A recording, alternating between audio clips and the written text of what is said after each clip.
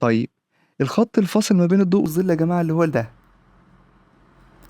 النقطة، الخط اللي عنده بيبدأ النور يضعف، او بيبدأ النور خلاص ما عادش بيتلامس مع الجزء ده من الدايرة بتاعتي، فهيبدأ يظهر هنا الظل. طيب هو انا الترمينيتور بتاعي ده ظهر ازاي؟ هنا بقى يا جماعة النقطة، الترمينيتور ده ظهر بسبب الريفلكتد لايت. يعني ايه؟ شايفين اللايت ماشي هنا يا جماعة وبيبدأ يرتد. لو انا عندي سطح هنا او عندي حيطة هنا او الضوء بتاعي يا جماعة بيمشي في الاتجاه ده ويبدأ يرتد في كذا ايه، في كذا اتجاه. وبيبدأ يرتد ايه مثلا راندوم، يعني عشوائي كده، بيتعمل له حاجة اسمها السكاترنج، بيتبعثر، ويبدأ الضوء يخبط في كل الحاجات اللي هي السراوندنجز بتاعتي اللي هي المحيطة، ويبدأ ايه، يخبط في الكورة دي. طب جميل، هو اول ما بيخبط في الكورة دي ايه اللي بيتغير؟ انا قلت لكم يا جماعة ده ضوء، فاول ما يجي يمشي كده ويبدأ يخبط هنا هيبدأ ينور لي جزء من الكورة هنا، ينور لي جزء من الكورة هنا. بس اعملوا حسابكم في حاجة، هو بيبقى النور بتاعنا ده بيبقى الفاليو بتاعته اللي شرحتها لكم بتبقى اخف شوية من الشادوز، بس في نفس الوقت هي ستيل اغمق من اي فاليو في المنطقة دي. ركزوا يا جماعة، الريفلكتد لايت هو مجرد نور بسيط بيجي في الحتة دي، بس مهما كان الفاليو بتاعته فهي اقل من الفاليوز اللي موجودة هنا. تمام. تمام. يعني ايه الكلام اللي حضرتك بتقوله ده؟ يعني احنا لو اخترنا دلوقتي الفاليو بتاعتنا، تمام، اللي هي سي مثلا انا هختار اي فاليو، يعني مثلا دلوقتي في الشادوز بتاعتي دي اخترتها اللي هي ال36 مثلا في المية. جميل، او 35%. انا كل اللي هعمله يا جماعة هطلع شوية صغيرين مثلا عند 40. تمام. وابدأ اعمل زي ما تقولوا كده ايه يا جماعة، إيه، شوية ريفلكتد لايت خفاف كده. تمام يا جماعة، خفاف. لو الناس هعمل لهم زوم دلوقتي، تعالوا مثلا نوضح اكتر عشان الناس تشوف. بصوا معايا كويس اوي يا جماعة، شايفين الخط اللي ظهر قدام حضراتكم ده؟ شايفين الخط ده يا جماعة؟ هو ده الترمينيتور. ايه ده؟ يعني الترمينيتور بيظهر بس في حالة واحدة، لو في ريفلكتد لايت. طب والريفلكتد لايت يا جماعة ما بيظهرش الا في حالة واحدة، لو الحاجات المحيطة بيا والارضية اللي انا عليها لونها فاتح او ابيض. انما لو الارضية لونها غامق او اسود والحوائط لونها غامق او اسود، مش هيحصل اصلا اي انعكاس للنور. بالعكس، النور هيجي يخبط في الحاجات السمراء او الغامقة بتاعتي هتمتصها، مش هيبقى فيه انعكاس، فمش هيبقى عندي في حاجة اسمها ترمينيتور اصلا، ولا هيبقى في حاجة عندي اسمها ريفلكتد لايت. تمام يا جماعة؟ تمام. طيب هو انا قلت لحضراتكم النور جاي من هنا بيخبط في الجزئية دي، وجاي هنا يخبط في الجزئية دي. طب ايه الجزء اللي لسه مضلم اللي هو سايبهولي ده؟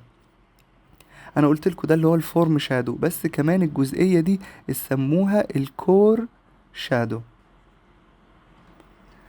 تمام يا جماعة، دي الجزئية اللي بدأ النور الريفلكتد ده، لو حتى أول ما جه وصل هنا مشي مسافة طويلة فبدأ يضعف، مش بنفس قوة الريفلكتد لايت هنا. هنا بينزل يخبط هنا ويخبط لأن الجزئية دي هي أقرب مكان للأرض، إنما هنا المكان بعيد، فالنور بدأ يضعف فعمل لي بس الكور شادو ده. تمام يا جماعة، يا ريت نبقى فاهمين الجزئية دي كويس جدا. طيب انا دلوقتي عملت الايه بقى؟ ظهر عندي دلوقتي الترمينيتور، وظهر عندي الريفلكتد لايت، وظهر عندي الكور شادو. تمام يا جماعة. طيب في حاجة كمان لازم نعرفها، النور بتاعي يا جماعة وهو بيلف وهو ماشي كده، المسافة اللي هو بيمشيها عمال يضعف يضعف يضعف يضعف، فراح عامل لي قبل الترمينيتور هنا الحبة اللي انتوا شايفينهم دول، عمل لي جراديشن، عمل لي تدرج في الفاليوز بتاعتي. يعني انا لو جيت قلت اخدت الفاليو هنا، شايفين حضراتكم يا 60؟ بصوا بقى معايا كويس لما يجي يمشي في المسافة دي هتحول ازاي.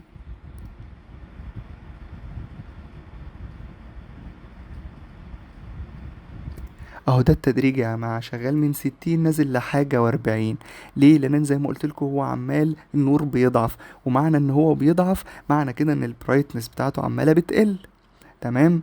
لو هنا البرايتنس بتاعته 70 زي ما قلت لكم، هنا هيبقى 60، هنا هيبقى 50، هنا هيبقى 40. يبقى يا جماعة الجزء ده زي ما قلت لحضراتكم هو بيسموه الميد تون او الهاف تونز. الجزء اللي في النص من الاخر الميد تونز، الهاف تونز. تمام. لا هي لايت ولا هي دارك ولا هي شادو، هي اللي في النص بتاعتنا. تمام. الجراديشن ده اللي هو بيبين لي الفورم بتاعتي، بيبين لي ان الدنيا بتضعف عندي، الاضاءة بتضعف عندي، وبيبين لي اللي هو عمال بيلف حوالين الاوبجكت نفسه، بياخد الفورم بتاعه. جميل يا جماعة، جميل. طيب انا زي ما قلت لكم النور بتاعي جاي كده، جاي كده. تمام. لامس اول جزء في الكورة ونازل على اخر جزء في الكورة. ركزوا يا جماعة الفرق دلوقتي بين حاجة اسمها الفورم شادو اللي قلتلكوا هي بتتعمل بسبب الفورم بتاعي نفسه، الشكل بتاعي نفسه، عشان هو دايرة فعامل لي شكل الشادو اللي حضرتكوا شايفينه ده على شكل الهلال. تمام. في حاجة اسمها الكاست شادو. يعني ايه الكاست شادو؟ الكاست شادو ده بينتج اللي هو الظل من الاخر يا جماعة، وانت ماشي الظل اللي انت شايفه على الارض ده اسمه كاست شادو. يعني ايه ده؟ نتج عن طريق ايه؟ نتج عن طريق ان النور جاي في قفا حضرتك، بس هو مش عارف يكمل، مش هيخترقك. تمام. فعمل لك بقى كاست شادو، عمل لك بقى ايه الظل بتاعك اللي انت شايفه ده، لان هو مش قادر يوصل للايه للارض. انت حجبت النور، فمن الاخر عملت بلوك للنور. فلما عملت له البلوك ده وصل انه هنا بقى في حاجة اسمها ايه؟ كاست شادو. وواخد برضو شكل الدايرة بتاعتي، بس بياخد من اول هنا لحد زي ما قلت لحضراتكم هنا بناخد النور بتاعي، بنمشي في خط مستقيم بيحدد لي نقطة هنا في اول الدايرة هنا واول الدايرة هنا، ويبدأ ده يا جماعة يبقى اسمه الكاست شادو بتاعي. الكاست شادو بتاعي. تمام. الكاست شادو بتاعي ده بيبقى قوي جدا في النقطة دي، لان النقطة دي مش واصل لها اي نور خالص، وبيبدأ يضعف يضعف يضعف الفاليو بتاعته، يضعف لحد ما يجي في النقطة دي ويبدأ يبهت شوية، لان النقطة ديت اكتر نقطة هيبقى فيها اضاءة. انما هنا عمال يضعف، مفيش نور واصل قد كده، خلاص هو جه خبط في المعلم، خبط هنا وما عادش يلاقي ايه، ما عادش عارف يدخل في الحتة دي. خبط خبط خبط ما عادش عارف. والمنطقة اللي تحت دي هي اكتر منطقة غامقة، ودي بيسموها يا جماعة الامبيانت اوكلوجن، او المنطقة اللي ما بيوصلش فيها اضاءة نهائي تماما. الدنيا هنا بايظة شوية. تمام. بس انا هرسمها لكم تاني عشان برضو الناس تبقى ايه، تبقى فاهمة الموضوع ماشي ازاي. تمام. طيب تعالى نسيبنا من القصة دي كلها ونرجع نرسم دايرة تاني من اول وجديد. جميل.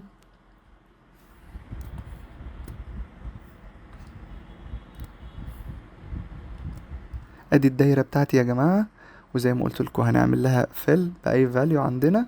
تمام. وبعدين اعمل لاير فوقيها واعمل لها كليبن لاير، واختار فاليو اغمق شوية. تمام. لان انا عرفتكم ان النص فين، وهيبدأ يعمل ايه الجراديشن بتاعي. جميل. لو انا جيت عملت اخترت فاليو هنا، وبدأت اعمل هنا reflected light بتاعي.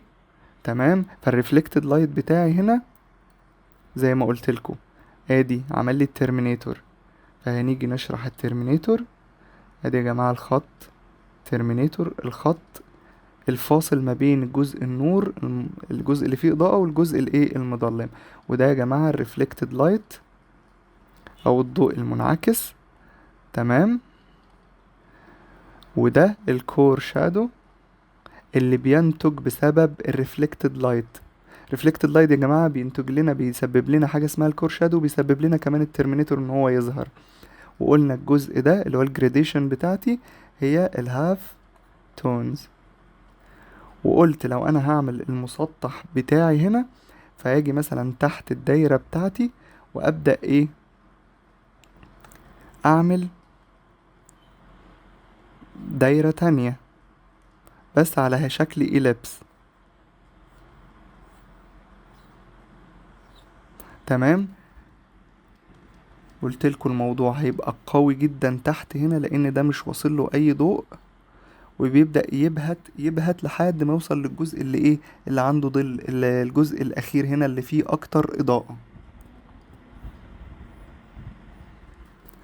تمام يا جماعة، الجزء اللي فيه اكتر اضاءة.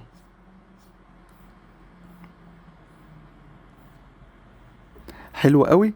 طيب، طبعا الالوان هنا فاتحة شوية، احنا ممكن نغمقها اكتر عشان الناس برضو تبقى ايه، واضح لها الشكل تماما. قلنا الترمينيتور بتاعي. تعال نغمق شوية الكورشادو. تمام. ونغمق سيكا الريفلكتد لايت عشان الناس تشوف، ونشوف الجراديشن بتاعتي عشان تبقى الناس ايه، واخدة بالها من الاشكال بتاعتي، تبقى واضحة بالنسبة لها. جميل جدا. طيب، انا دلوقتي خلصت، وزي ما قلت لكم ده اسمه الكاست شادو.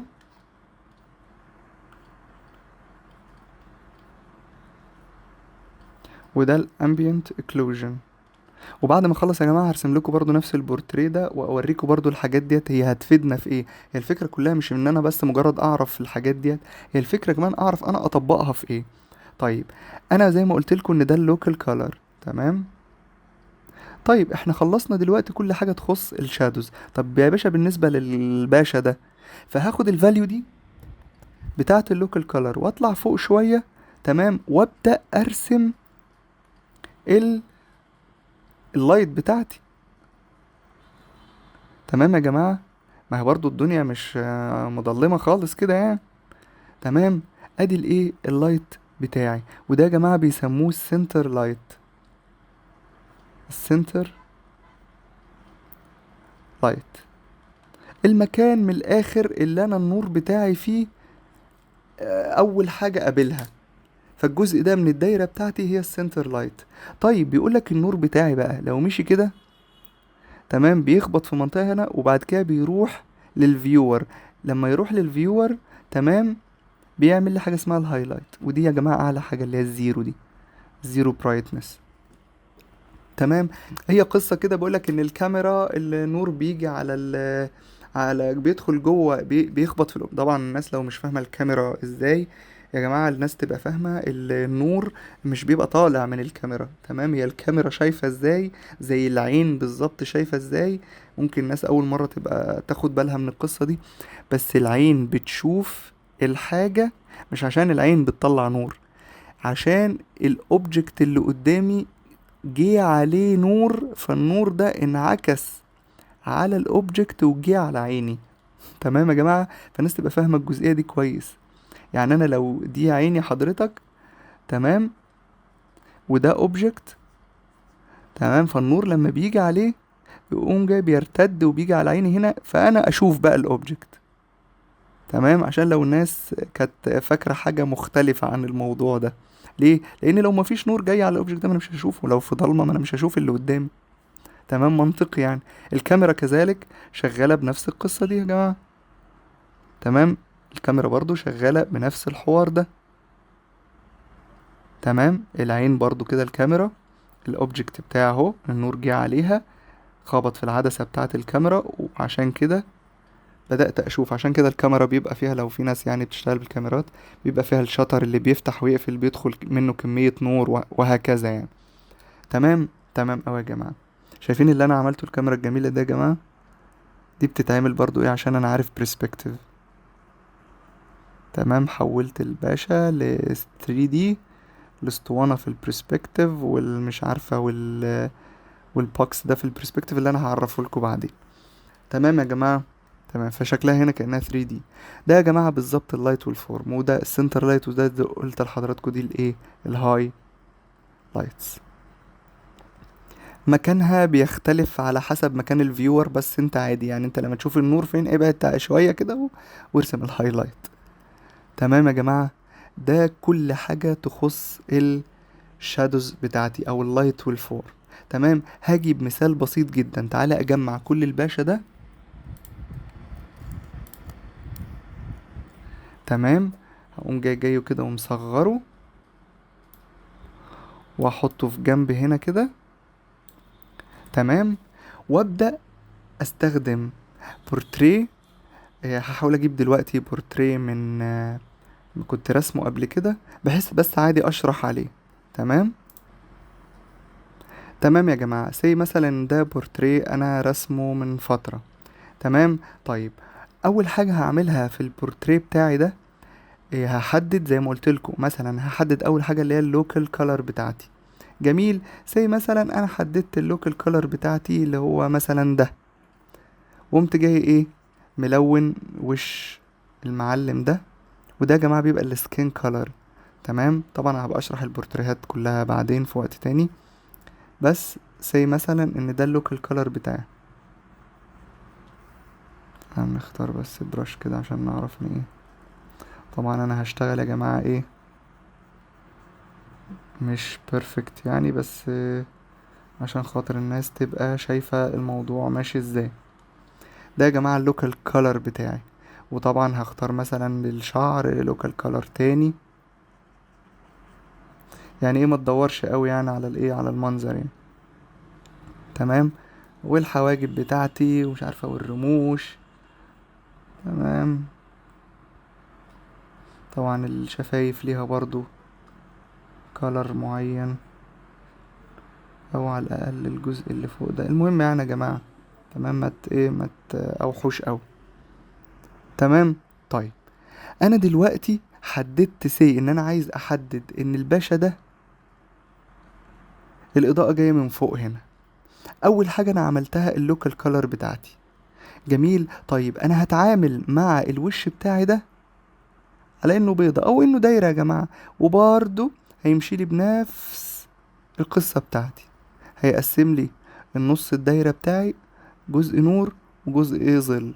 طيب اللوكال كولر بتاعي هنا انا اخترته، طب اختاره اغمق شوية عشان اعمل ايه يا جماعة، الفورم شادو بتاعي. طيب الوش يا جماعة وش معقد. يعني ايه معقد؟ يعني ما تتعاملش معاه على انه بس حاجة كده هقوم جاي رامي هنا لون فالباشا كده او فاليو هنا معينة فالباشا كده خلاص اتعمل يعني. تمام. هي ده الاساس بتاعه، ده الاساس بتاعه. انت فعلا ممكن تمشي كده. تمام.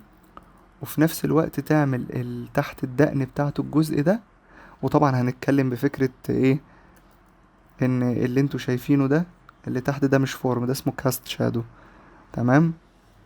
ان الاضاءة جاية من فوق هنا وخبطت في الوش، فعشان خبطت في الوش والدقن فمش عارف يوصل في الجزئية ديت، فعمل الكاست شادو ده. بس خلينا في الايه، بلاش دي، خلينا دلوقتي بنتكلم في الفورم بس. تمام. طيب، وقمت جاي هنا ومختار فاليو اخف شوية. تمام. زي فاليو اخف شوية. ورحت عامل ايه يا جماعة، الريفلكتد لايت بتاعي. الريفلكتد لايت بتاعي عمل لي ايه يا جماعة، ها، عمل لي الترمينيتور بتاعي. تمام.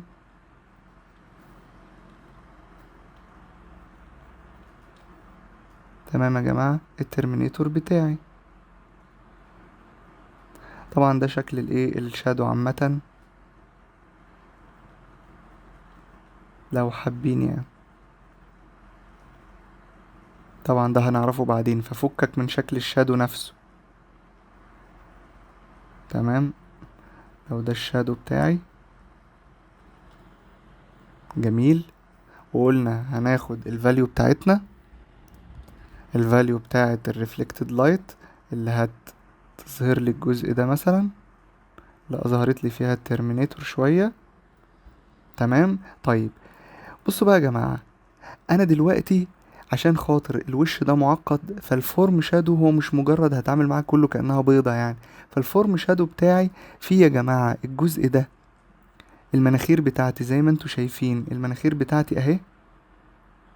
تمام. وفي نفس الوقت في الجزء اللي فوق ده، فالمناخير طالعة كده وبعدين ماشية كده وبعد كده نازلة كده. تمام. فالدوران ده اسمه الفورم شادو. فلما يبقى النور جاي هنا فهيعمل لي هنا الجزء ده كله هو الشادو بتاعي. تمام، الشادو بتاعي. فده اسمه الفورم شادو، هو واخد الفورم بتاعت الايه، المناخير. وده الترمينيتور عندي. والجزء الخفيف ده قلنا اللي هو الجراديشن، اللي هو الميد تونز او الهاف تونز. الجزء ده يا جماعه هو الميد تونز او الهاف تونز. تاني مش عايز الناس تركز قوي في الجزئيه بتاعت الوش عامه، انا بس مجرد ايه، بعملك سيميوليشن بسيط يعني. تمام. طيب ايه اللي تحت المناخير ده بقى؟ الجزء ده. الجزء ده يا جماعة عشان النور جاي هنا فخابط في الحتة دي في المناخير، فراح عامل لي ايه، اهو النور جاي كده، راح عامل لي ايه، الكاست شادو بتاعي هنا، لان المناخير عملت بلوك ان النور يوصل للحتة دي. حلو قوي كده يا جماعه. فادي عندي هنا اهو الميد تونز، عندي هنا الترمينيتور، عندي هنا الريفلكتد لايت، عندي هنا الفورم شادو، عندي هنا الكاست شادو، وكمان في هنا كاست شادو، لان النور جاي خابط هنا ومش قادر يوصل للمنطقه دي. تمام يا جماعه. وعندي ريفلكتد لايت زي ما قلت لحضراتكم. طب فين الامبيانت اكلوجن؟ الامبيانت اكلوجن بيبقى في المناطق اللي النور مستحيل يوصل لها. باجي مثلا اغمق خالص هنا، ويبدأ مثلا ايه تحت الجفن بتاع العين، إيه عند المناخير كده، وقريب منها شوية، ما بين الشفايف، قريب قوي من الدقن اللي هو الجزء الاسود اللي انا شايفه ده. ده بيدي ديبث اكتر. تمام يا جماعة، بيدي عمق اكتر. كل ما بتعمل شادوز اكتر، فاليوز اكتر، كل ما يدي عمق اكبر. تمام يا جماعة. فهي دي حرفيا كل حاجة. وبعدين هنيجي في الجزئية اللي هنا، تمام، الجزئية اللي هي اللوكال كولر بتاعنا ده، وممكن اعلي الايه، الاضاءة فيه شوية.